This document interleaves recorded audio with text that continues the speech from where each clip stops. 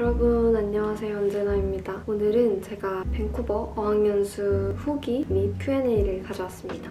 간식을 먹으면서 얘기를 해볼게요. 체리마루. 한국에서 너무너무 잘 먹고 있어요, 요즘에. 제가 만든 고양이에요. 어때요? 바늘로 콕콕콕콕 찍어서 하는 양모 펠트? 그걸로 만들었어요. 네, 그래서 오늘은 Q&A 형식으로 영상을 말해볼 건데 제가 따로 질문을 받지 않았고 저 혼자 그냥 많이 궁금해 주실 만한 그런 질문들을 추려서 질문들을 만들어봤습니다. 그럼 첫 번째 질문, 간단히 자기소개 부탁드려요. 안녕하세요 여러분, 저는 언제나고요. 자기소개는 영어로 한번 해보겠습니다. Hi guys, my name is Yurin or Jan. You can call me whatever you want. I studied English in Kaplan, Vancouver for about a month and I came back to Korea. Now I want to talk about school life in Vancouver and about Kaplan, of course. Please stay tuned. Yep. 네, 다음 질문. 카플란 밴쿠버 센터의 어떤 점이 가장 마음에 드시나요? 전 솔직히 말하면 분위기가 되게 좋았던 것 같아요. 제가 토론토에서도 유학원에서 잠깐 일을 했었어요. 그래서 그때 유학원에서 영상 찍는 일을 하면서 여러 가지 어학원을 돌아다녀 봤는데 그 학원마다 분위기가 되게 다르잖아요. 어떤 학원은 되게 공부에 포커스돼 있고 어떤 학원은 소규모라서 학생들끼리 두루두루 친하고 약간 그런 느낌이 있고 한데 뭔가 카플란은 딱 그 중간인 느낌? 엄청 크지도 작지도 않아서 학생들끼리도 커넥션을 쌓기가 쉽고 선생님들이랑도 되게 소통을 많이 할 수 있어서 활발한 분위기가 있는 것 같아요, 학원에. 그래서 그게 되게 마음에 들었습니다. 그리고 세 번째 질문. 밴쿠버에서 가장 좋아하는 장소는 어디인가요? 예일타운에 쉐어를 얻었었거든요. 그래서 진짜 딱 예일타운 쪽에 살았었는데 너무 위치가 완벽한 거예요. 진짜 다운타운이랑도 멀지 않고 바로 옆에 또 데이비드 랜파크랑 이렇게 선착장이 딱 보이는 그런 공원들도 있고 그리고 예일타운 거리, 거기 상권 이런 것도 너무 좋고 그런 분위기. 그래서 예일타운 제일 좋아합니다. 카플란에서 참여한 소셜 액티비티 중 가장 기억에 남는 액티비티는 무엇인가요? 진짜 카플란 책자가 달마다 나오거든요. 근데 진짜 액티비티가 활동이 빠지는 게 없이 빼곡히 되게 재밌어 보이는 게 많이 있는 거예요. 캠핑도 가고 비치에서 발리볼도 하고 되게 다양한 활동이 있어서 정말 학생들이 친구 사귀기에 너무 좋을 것 같다는 생각이 들었고요. 저는 개인적으로 그때 학원 첫날에 오리엔테이션 끝나고 다 같이 투어를 하고 끝나고 이제 밥을 먹었는데 거기서 되게 친구들을 많이 사귀었거든요, 초반에. 그래서 그게 가장 기억에 남습니다. 그때 만난 친구들하고 학원 끝날 때까지 계속 따로 만나고 얘기도 하고 그랬던 기억이 있어서 네. 근데 어학원 생활을 좀 더 길게 하신다면은 밴쿠버 근처에 조프리 레이크도 있고 그다음에 키칠라노, 잉글리시 베이 등등 너무 멋있는 자연이 많으니까 특히 여름에 오시면 즐길 거리가 너무 많거든요. 그래서 학원 친구들이랑 같이 하시면은 너무 좋을 것 같습니다. 그리고 다섯 번째 질문은 카플란 밴쿠버 센터의 선생님들에 대해 말씀 부탁드릴게요. 그래도 한 분만 제가 말씀을 해보자면은 기본 수업을 해주시는 선생님이 계셨어요. 수잔이라고 계셨는데 제가 약간 성격도 내향적이고 나서서 말도 잘 못하고 이러는데 그 선생님은 저 안에 있는 말하고 싶은데 억누르는 그거를 끌어내주는 선생님이셔서 제가 그 수업에서는 말도 되게 많이 하고 학생들이랑도 되게 즐겁게 토론하고 얘기하고 했던 것 같아요. 다음 질문. 카플란에서의 어학연수를 고민하는 학생들에게 해주고 싶은 조언이 있다면? 어학원 같은 경우에는 개인에 따라 취향 차이가 있겠지만 저는 카플란이 되게 좋았던 게 일단은 국적별로 비율이 되게 다양하다는 점이었는데요. 제가 C1에 한 번 있어보고 B2에 한 번 있어봤는데 둘 다 한국인의 비율이 그렇게 많지가 않았어요. 그리고 유럽 친구들이 되게 많은 편이고 그래서 되게 국적이 다양한 비율로 섞이면서 어학원 환경 속에서 다양한 국적의 친구들을 만날 수 있다는 그런 장점이 있는 것 같아서 저는 수업의 질도 그렇고 인종의 비율도 그렇고 카플란을 추천드립니다. 그리고 카플란 밴쿠버 센터 같은 경우에는 위치도 랍슨에 있어서 어디든 가기 편하거든요. 그래서 어학원 끝나고 진짜 시티 라이프를 너무 충분히 즐기기에 좋은 것 같아서 추천드립니다. 그리고 7번째 질문인데 카플란에서 친하게 지내거나 기억에 남는 친구가 있나요? 제가 이제 밴쿠버에 있을 때가 한창 진로 고민이 많을 때였어요.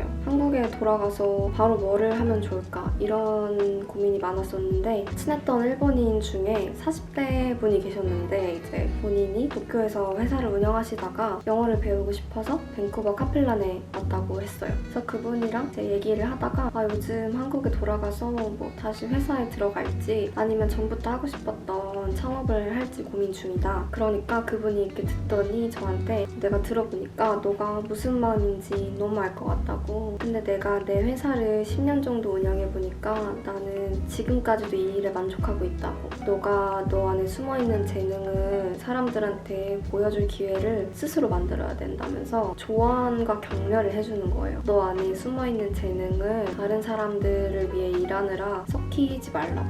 그러면 평생 아까울 거라고. 그런 식으로 얘기를 해주니까 뭔가 마음속에서 해답처럼 이렇게 싹 정리가 되는 기분이 들었거든요. 뭔가 외국에 나와서도 이렇게 진실되게 얘기를 나눌 수가 있구나를 느껴서 되게 그때 감동을 했었던 기억이 있습니다.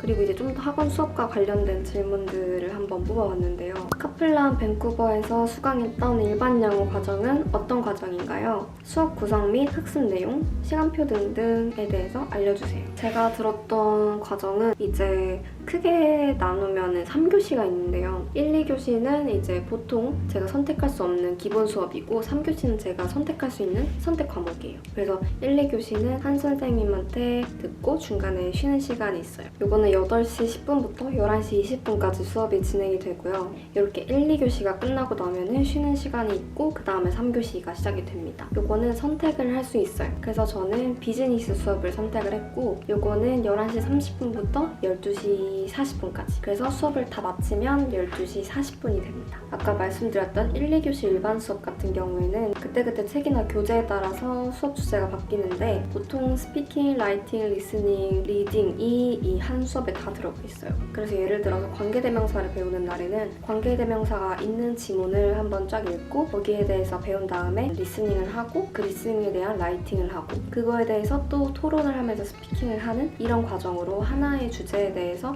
여러 가지의 스텝들이 있습니다. 그리고 3교시 선택 수업 같은 경우에는 전 비즈니스를 선택했거든요. 그래서 비즈니스에서 쓰이는 줄임말이라든지 아니면 비즈니스를 어떻게 구상하는지 영어로 예를 들어서 향수 브랜드를 런칭하는 시점이다 라고 상황을 주고 그 향수 브랜드의 타겟, 마케팅 전략 이런 것들을 팀원들이랑 같이 과제하는 것처럼 영어로 써보는 거죠. 스토리텔링을 해보고 그리고 수업 시간에 앞에 나가서 발표도 해보고 그런 식으로 비즈니스에 관련된 영어를 연습하는 수업이었습니다. 그리고 또 좋았던 점이 있었는데 오프라인에서 이렇게 가서 수업을 듣는 거 말고도 카플란에서 온라인 수업 커리큘럼도 제공을 하고 있더라고요. K 플러스 러닝 클럽이랑 K 플러스 온라인이라고 카플란 홈페이지에 접속해서 따로 또 공부를 할 수 있는 그런 시스템이 있어서 오프라인 플러스 온라인으로까지 영어 공부를 할 수 있어서 같은 돈 내고 공부를 한다고 하면 정말 카플란에서 하면 몇 배로 효과를 볼 수 있을 것 같은 느낌이었어요. 한국에서 경험하신 영어 수업 및 공부 방식과 카플란의 방식은 어떻게 달랐나요? 문법 수업 방식의 차이 등등 또 해외 연수만이 줄 수 있는 영어 공부의 장점도 나눠주세요. 저는 환경이 주는 메리트가 90% 이상이라고 생각을 해요. 왜냐하면 한국에서는 거의 한국인 선생님한테 배우고 영어를 써도 한국인들이랑 대화를 하고 이런 거잖아요. 그런데 해외 어학연수를 가서 배우면 그 환경 자체가 아예 한국어를 못하는 상황이다 보니까 소통 방법이 영어 하나밖에 없는 거예요. 그런 나도 모르게 형성되는 주변의 환경이 저는 너무 크다고 생각을 해서 이제 해외 연수를 하다 보면 그 모든 설명이 영어로 되기 때문에 만약에 예를 들어서 문법을 배운다 해도 한국에서는 문법을 배우면 머리로 이해했구나 하고 쓰면서 이게 어떻게 쓰이는구나 한다고 치면은 해외에서 어학연수를 한다고 하면 똑같은 문법을 배워도 그거를 얘기하면서 바로바로 머릿속에서 예문을 만들고 바로바로 뱉는 그런 연습을 하거든요. 저도 이번에 제가 다 아는 문법이었는데 어학원에서 그렇게 입으로 바로바로 뱉으면서 예문을 만들고 그걸 이용해서 친구들이랑 대화를 하다 보니까 그냥 자연스럽게 머릿속에 녹아드는 거예요. 이게 꾸준히 연습을 해서 내 걸 만드는 그런 게 없이 훨씬 더 효율적이고 빠른 시간 내에 그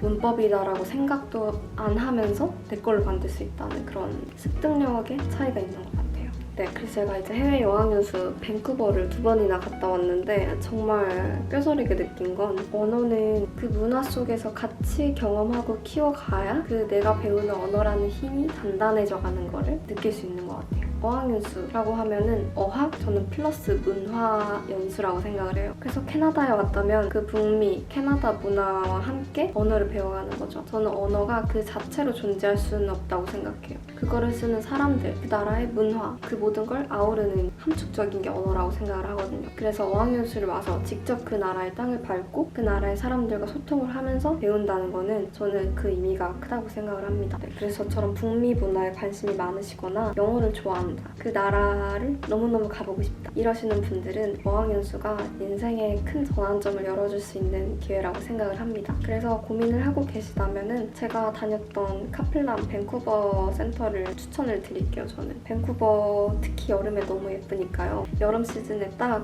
이제 등록을 하셔서 밴쿠버의 자연과 도시와 그리고 하원 친구들과의 그런 커넥션도 잘 쌓으시면서 영어도 배우고 문화도 체험하고 잊을 수 없는 추억을 만드셨으면 좋겠습니다. 네, 여러분 오늘 이렇게 밴쿠버 어학연수에 대한 후기를 간단하게 Q&A 형식으로 말씀을 드려봤는데 궁금한 게 있으시면 댓글로 질문 주시면 답변 드리도록 하겠습니다. 다음 영상에서 만나요.